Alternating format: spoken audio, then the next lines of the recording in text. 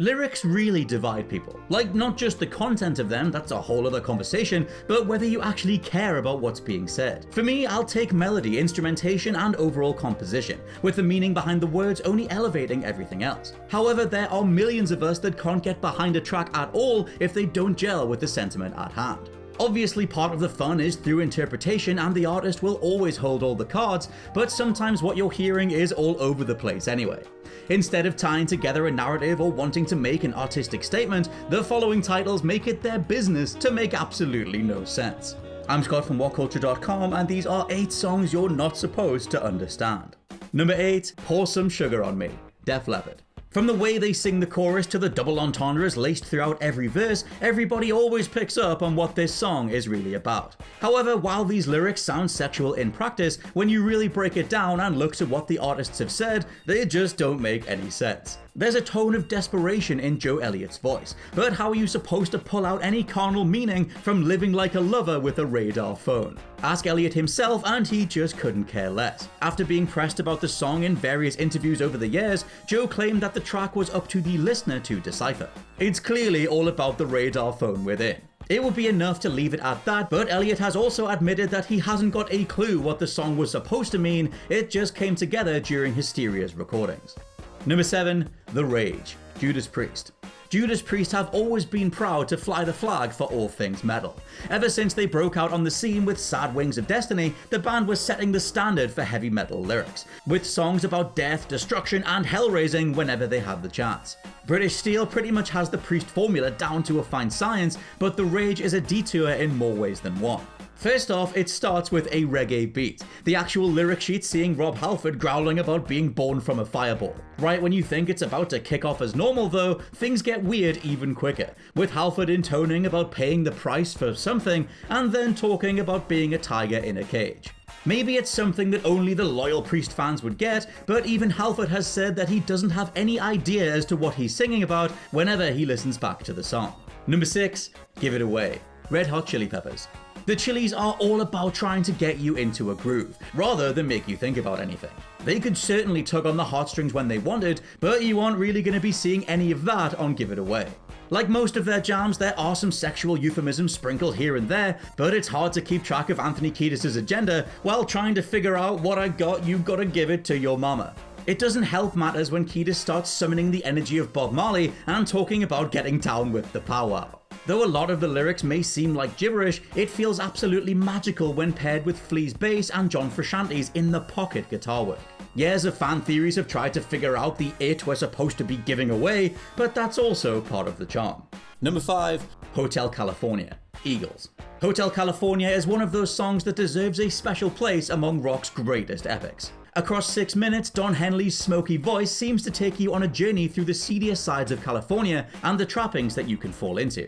It's a great thematic picture, but you wouldn't get that from taking a look at the words on the page. For as many picturesque images are accounted for in this track, the wordplay tends to get a bit too self-indulgent for its own good. There's a ton of metaphors for the American dream, but you also have the conceptual horror story of a man trying to escape a hotel that's out for his soul.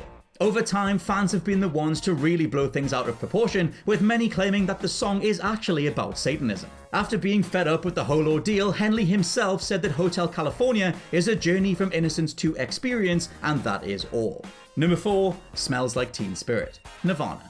Ever since the start of Nirvana's career, you could pretty much count on Kurt Cobain's lyrics not making any sense. Though there would be exceptions from time to time, like Polly or Sappy, 90% of Cobain's songs were centered around melody that just so happened to have words attached to it.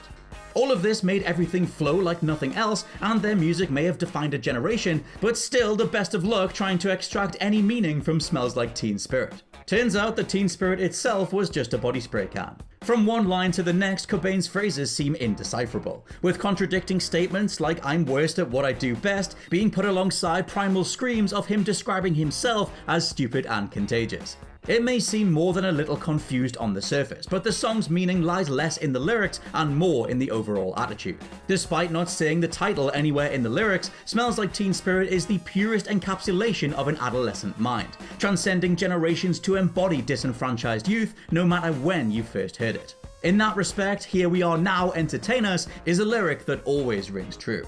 Number 3, Radio Free Europe, R.E.M. Murmur by R.E.M. tends to get overlooked as one of the first classics of the 80s. While many mainstream listeners were focused on the more fashionable artists like Prince or Cyndi Lauper, these 4 guys from Athens, Georgia were bringing college rock to the masses with some of the most emotional vocal performances of the whole decade.